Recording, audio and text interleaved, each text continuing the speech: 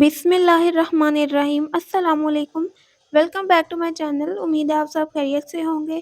Ramzan special recipes आपके साथ share कर रही हूँ, जिसमें बेसिक एक रेसिपी है बूंदी की रेसिपी, फुल्कियाँ या दही बड़े भी हम इसे कह सकते हैं। मैं एक ही डो के साथ दही बड़े भी बना लेती हूँ और फुल्कियाँ भी बना लेती हूँ। आप इसे लाज़मी बनाइएगा। आज मैं फुल्कियाँ दाल से बनाऊँगी। मूँग की दाल का इसमें इस्तेमाल कर रही हूँ, आप दाल माश का भी इस्तेमाल कर सकते हैं। और इसको मैं झटपट बनाऊँगी। इसके लिए आपको दाल को काफ़ी देर तक भिगो कर रखने की ज़रूरत नहीं पड़ेगी, रात भर भी नहीं भिगोना पड़ेगा। तो सबसे पहले 1 कप मेरे पास दाल है, इसका वेट 200 ग्राम्स है। इसको हम पहले सादे पानी के साथ अच्छे से 3-4 दफ़ा धो लेंगे और धोने के बाद मैंने इसको बाउल में शिफ्ट कर दिया है। अब इसमें हम गर्म पानी शामिल करेंगे। आप देख सकते हैं पानी में से कितनी ज़्यादा स्टीम निकल रही है, तो इसका मतलब ये है कि काफ़ी अच्छा गर्म पानी है।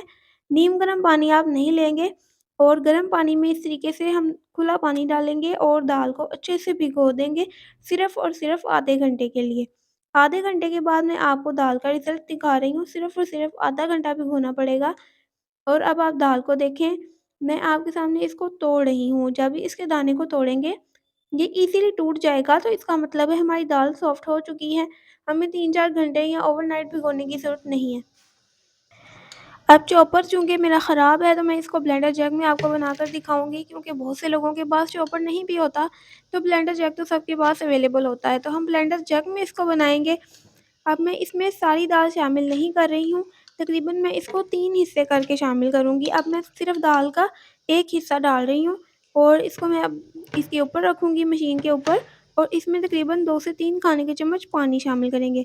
ज़्यादा भी पानी शामिल नहीं करिएगा, फिर वो सही नहीं बड़े बनते। और इसके अंदर अब हम पानी शामिल करके इसको चलाएँगे ब्लेंडर को।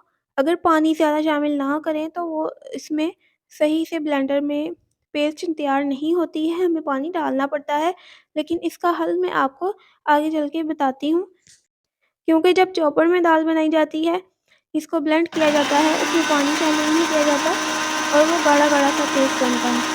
इससे थोड़ा-सा हमारा पेस्ट पतला होगा, लेकिन उसका हल मेरे पास मौजूद है। तो इसको मैंने 2 की स्पीड पर तकरीबन 1 से डेढ़ मिनट ब्लेंड किया है। अब आप देख सकते हैं दाल के दाने तो नज़र नहीं आ रहे, लेकिन हल्के-हल्के से लम्स मौजूद हैं। तो जब मैं मज़ीद दाल इसमें शामिल करूँगी, तो वो लम्स ख़त्म हो जाएँगे। अब मैं दाल का दूसरा हिस्सा इसमें शामिल कर रही हूँ, पूरी अभी भी शामिल नहीं करूँगी और इसमें 2 से 3 खाने के चम्मच पानी शामिल करूँगी दोबारा से और उसके साथ इसको अब दोबारा से ब्लेंड कर लेंगे तकरीबन 1 से डेढ़ मिनट के लिए। ये फुल्कियाँ बहुत ज़्यादा सॉफ्ट और मज़ेदार बनती हैं। आप इनको मीठे दही बड़े भी बना सकते हैं और नमकीन भी बना सकते हैं। अगर आपको पसंद आ रही हैं, तो फिर चैनल को सब्सक्राइब लाज़मी करिएगा, वीडियो को लाइक कर दिया करें और कमेंट भी कर दिया करें। अब मैं इसके अंदर लास्ट वाली जो बैच रह गया है दाल का, वो सारा शामिल कर रही हूँ। पानी मैंने इसका गिरा दिया है। पानी मैंने दूसरा वाला यूज़ किया है। इसके अंदर जिस दाल में इसको भिगोया था, वो वाला पानी मैंने इसमें इस्तेमाल नहीं किया। अब इसमें 2 से 3 चम्मच दोबारा पानी शामिल करके लास्ट हम इसको फाइनल ब्लेंड करेंगे तकरीबन 1 से डेढ़ मिनट के लिए 2 की स्पीड पर। और जब 2 की स्पीड पर 1 से डेढ़ मिनट के लिए ब्लेंड हो जाए, उसके बाद आपने टर्बो की स्पीड वाला बटन प्रेस करना है। इससे हाई स्पीड हो जाती है, जैसा कि आप देख सकते हैं। और इसको मैं हाथ से प्रेस कर रही हूँ, क्योंकि ये रिलीज़ हो जाता है अगर हम इसको छोड़ दें तो। इसलिए मैंने इसको प्रेस करके रखा हुआ है। 1 डेढ़ मिनट हम इस बटन के साथ भी प्रेस करेंगे। अंदर कोई भी लम्स अगर रह जाते हैं दाल के, तो वो इसके साथ अच्छे से ब्लेंड हो जाते हैं। ये फुल हाई स्पीड होती है। तो अब आप देख सकते हैं इस तरीके से हमारे बिल्कुल दाल जो है ना, वो फ्लफ़ी सी बन चुकी है, पिस चुकी है और अब हम इसको बाउल में निकाल लेंगे।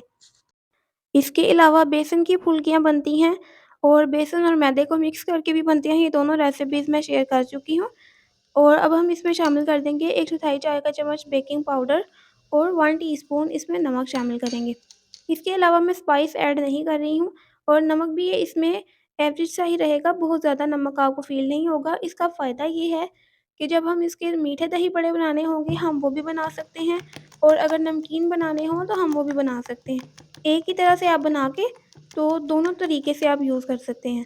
इसको हाथ से भी ब्लेंड कर सकते हैं, बीटर की मदद से भी कर सकते हैं और हैंड विस्क के जो मैंने आपको दिखाया है, इसके साथ भी इसको मिक्स कर सकते हैं। तकरीबन 2 मिनट मैंने इसको विस्क किया था। उसके बाद जो मैं इसको बाइंड करने के लिए, इसको थोड़ा गाढ़ा करने के लिए, इसमें 3 चम्मच मैदा शामिल कर रही हूँ। 3 टेबलस्पून भर के डाल दें, या फिर आप इसमें बेसन का इस्तेमाल कर लें अगर आप मैदा नहीं डालना चाह रहे। अब हम इसको अच्छे से 2 से 3 मिनट के लिए इस तरीके से विस्क करेंगे।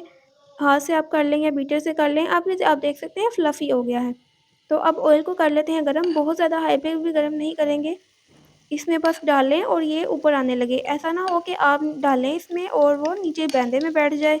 अगर वो बैंदे में बैठ जाएगा तो फिर वो सही से फूलेगा नहीं। और दूसरी बात ये, इसको डालते हुए आप फासले-फासले पर डालें और डालने के बाद इसको हल्का-सा हिला दें, क्योंकि ये चिपक जाते हैं अगर हम इकट्ठे डाल रहे हैं तो। और चिपकने से इनकी फिर आपस में शेप ख़राब हो जाती है। तो कुछ की मेरी शेप इसी वज़ह से ख़राब हो गई थी, इसको थोड़ा-सा चिपक जाते हैं ये आपस में, तो इसको हल्का-सा हम हिलाएँगे और इसको ज़्यादा देर नहीं लगेगी, तकरीबन 1 मिनट से भी इसको कम ही टाइम शायद लगे। और बस इसको हिलाते हुए कलर आ जाएगा, आप देख सकते हैं। आप इसे गोल्डन कलर आने तक निकाल लें, अंदर तक भी अच्छे से पक जाएँगे और बाहर से तो आप कलर देख ही सकते हैं, बहुत ज़्यादा सॉफ्ट स्पॉन्जी बनते हैं। और मैं इसी बेस के साथ, आप चाहें तो बड़े बना लें, आप चाहें तो फुल्कियाँ बना लें जो बारीक-बारीक वाली, जिन्हें पकौड़ियाँ भी कहते हैं, मैं वो भी इसमें तैयार कर रही हूँ। आप देख सकते हैं, डालने का तरीका भी आप देख लें, चम्मच के साथ ही मैं डाल रही हूँ। कोई ख़ास इसके लिए चीज़ें इस्तेमाल नहीं की मैंने, कोई स्पैचुला वगैरह, फ़कीर वगैरह भी इस्तेमाल नहीं किया, तो बहुत ही ईज़िली ये बन सकती हैं। अगर आपको रेसिपी पसंद आए तो लाइक और शेयर ज़रूर करिएगा। और रमज़ान करीब है, आप इसको बनाकर ज़िप-लॉक बैग में अच्छे से स्टोर कर सकते हैं। मैंने इस तरीके से इसके 2 पैकेट्स तैयार कर लिए हैं। एक मैंने बूंदियों का तैयार कर लिया है और एक जो बड़े साइज़ के मैंने बनाए हैं उनको भी तैयार कर लिया है, बड़ों को। और इस तरीके से मैं आपको इसके साथ मीठे दही बड़े भी बनाने की रेसिपी शेयर करूँगी नेक्स्ट वीडियोज़ में।